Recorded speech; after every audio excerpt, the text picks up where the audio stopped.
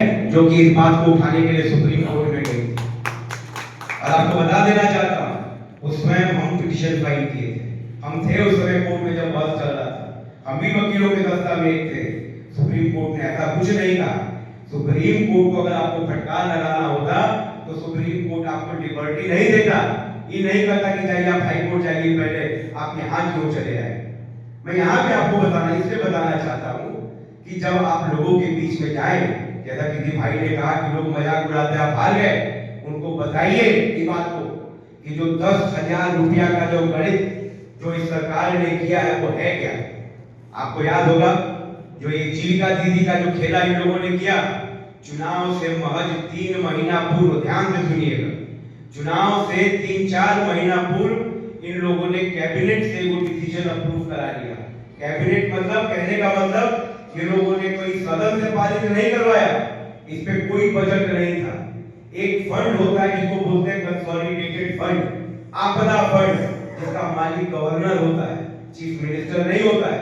इन लोगों ने रातों रात 10 मंत्री को बिठाया और जब इन लोगों ने देखा कि किसी भी हालत में ये चुनाव नहीं जीतने जा रहे हैं, तो इन लोगों ने बैकडोर एंट्री, पिछला दरवाजा से, मतलब कैबिनेट 10 को बिठा के अप्रूव करा लिया कि जीविका में जितनी भी रजिस्टर्ड हमारी दीदियां हैं सबको 10-10 हजार रुपया दिया जाएगा स्वयं रोजगार के लिए, और बाद में उनका आकलन किया जाएगा, और आकलन में अगर वो पाया जाए कि वो सक्षम है तो उनको पुनः 2 लाख रुपया दिया जाएगा।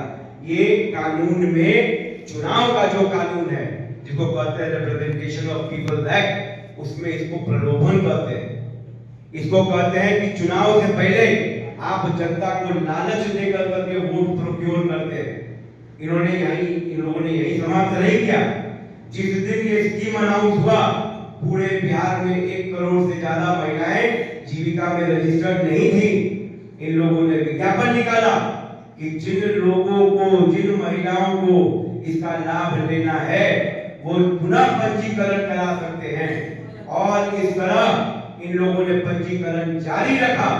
और चुनाव जिस दिन अनाउंस हुआ 6 तारीख को, उस दिन भी इन्होंने 10,000 रुपया का खेत 25 लाख महिलाओं को दिया। तो आप लोगों को मालूम है कि चुनाव के दरमियान भी इन्होंने पेमेंट किया और चुनाव के बाद भी पेमेंट किया। कितने महिलाओं को इन लोगों ने पेमेंट किया, किसी को मालूम हो तो बताएं, हाथ उठाकर कर करके। 1 करोड़ 68 लाख महिलाओं को उन्होंने चुनाव तक पेमेंट किया, उसके बाद और किया 1 करोड़ 68 लाख महिलाओं को।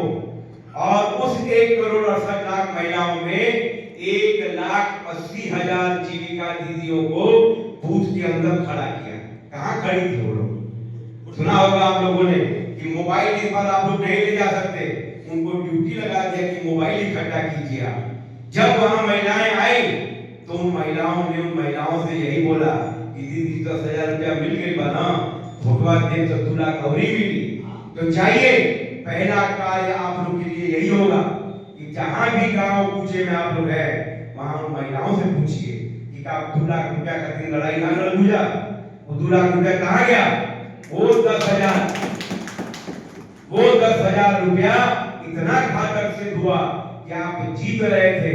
अभी मुखिया जी ने कहा 30,000, अरे भाजपा वाले हम लोग को 50,000 वोट दे रहे थे। भाजपा वाले चुनाव के 1 दिन पहले तक, अब हम चूंकि लंबा हमारा यहाँ समय बीता है, कांग्रेस में रहे जिला अध्यक्ष 11 साल, संपर्क सबसे है, आज भी हमारे घर में बहुत लोग आते हैं। चुनाव गिनती के 1 दिन पहले तक आप लोगों को बताता हूँ कि 2000 रसगुल्ला का ऑर्डर हुआ था भाजपा से, लेकिन रातों रात कैंसिल हो गया। काहे कैंसिल हो गया? जब तुम जीत ही रहे थे। भाजपा वाला कहता था कि अगर जल्द सुनाए 50,000, 30,000, 50,000 वोट पा गया तो हम लोग 5-10,000 वोट से जीत जाएंगे। कांग्रेस गठबंधन कहता था कि अगर लोग 20,000 आ जाएगा तो हमारा वोट थोड़ा काट रहे हैं, ये तो भाजपा का वोट काट रहे हैं, हम लोग जीत जाएंगे। ऐसा परिस्थिति बदला। पहली बार बिहार में 6 दागी मंत्री जिनके खिलाफ लोगों ने बगावत किया चुनाव के दरमियान, गांव में उन लोगों को गोबर और मिट्टी से लपेटा, अब 6 के 6 मंत्री 1,20,000 वोट से जीते पाए वो लोग। आप अक्सर में भी देख लीजिए, आज तक किसी ने सुना था कि 80,000 वोट किसी विधायक को मिला था? तो ये खड़े खड़े 88,000। और एक और चीज आपको बता देना चाहता हूं कि जो वोट का प्रतिशत बढ़ा, जो एसआईआर का मुद्दा चल रहा है, एसआईआर में बोला गया कि भाई 15 से 30% वोट बढ़ा है। तो आप जो पहले वोट पड़ा था 55-56,000 जो वोट पिछले विधायक जीते थे, उसके बाद अगर जोड़ देते हैं तो 80,000 बन जाता है।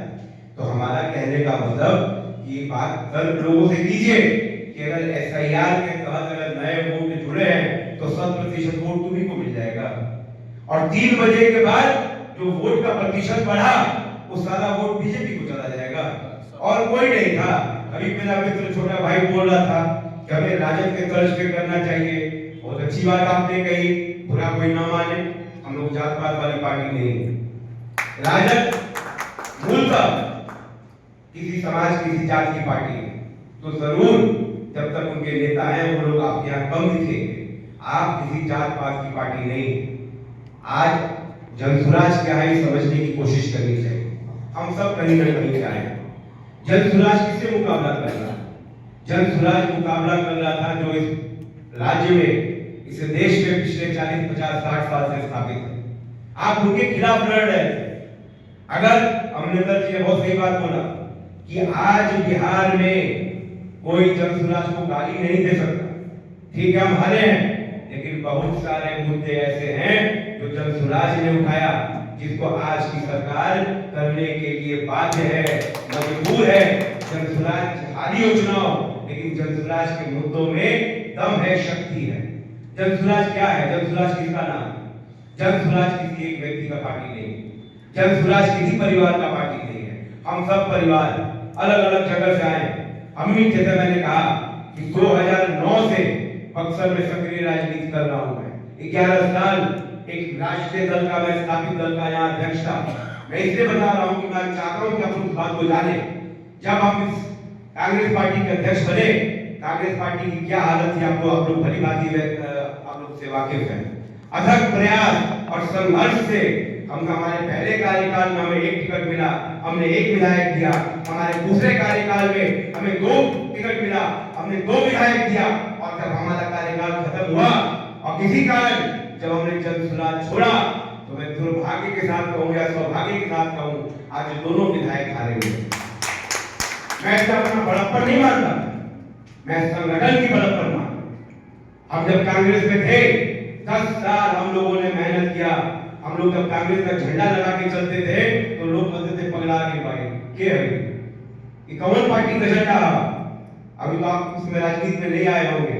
हम 2009-2008 की बात कर रहे हैं। कांग्रेस का झंडा लगभग लोग भूल चुके थे।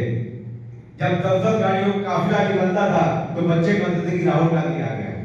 एक समझ सोच की हम बात कर रहे हैं। बहुत संघर्ष किया, बहुत लड़ाई लड़े। अंत में आते आते जब हमने इस बात को, और हमारे जो कुछ मित्रगण हैं, कुछ गार्जियन लोग हैं, जब इस बात को एहसास हम लोग करने लगे कि बहुत कांग्रेस में गैर कांग्रेसी घुस चुके हैं जो कांग्रेस को चला रहे हैं आज के डेट में, अथक प्रयास हम लोगों ने किया कि गर्दन हम लोग से काट दी जाए। काट नहीं पाए क्योंकि कार्य आपके वैसे थे। तो संगठन की मजबूती होती है। मजबूरन अपना घर छोड़, अगर मैं चाहता मैं भाजपा में चला जाता, जदयू में चला जाता। लंबी पृष्ठभूमि है मेरी राजनीति की, पहचान का मैं मोहताज नहीं हूं, लेकिन मुझे गर्व है कि मैं कांग्रेसी गांधी विचारधारा को छोड़ करके उस दल में आया जो गांधी जी और अंबेडकर जी की विचारधारा से बिहार को पुनर्जीवित करना चाहती। जनसुराज उस पार्टी का नाम है। तो सही किसी ने बोला कि आवश्यक है कि हम लोग गांव-गांव जाएं, जहां भी हम लोग हैं। अपने से फैयाज भाई ने बहुत सही बात कही कि अगर प्रत्येक व्यक्ति अपना कर्तव्य मान के प्रत्येक दिन 10 व्यक्ति को भी अगर मोटिवेट करता है, अगर उसमें से 5 भी आदमी आपकी तरफ आ जाते हैं, तो आने वाले समय में बहुत बड़ा समंदर हो जाएगा।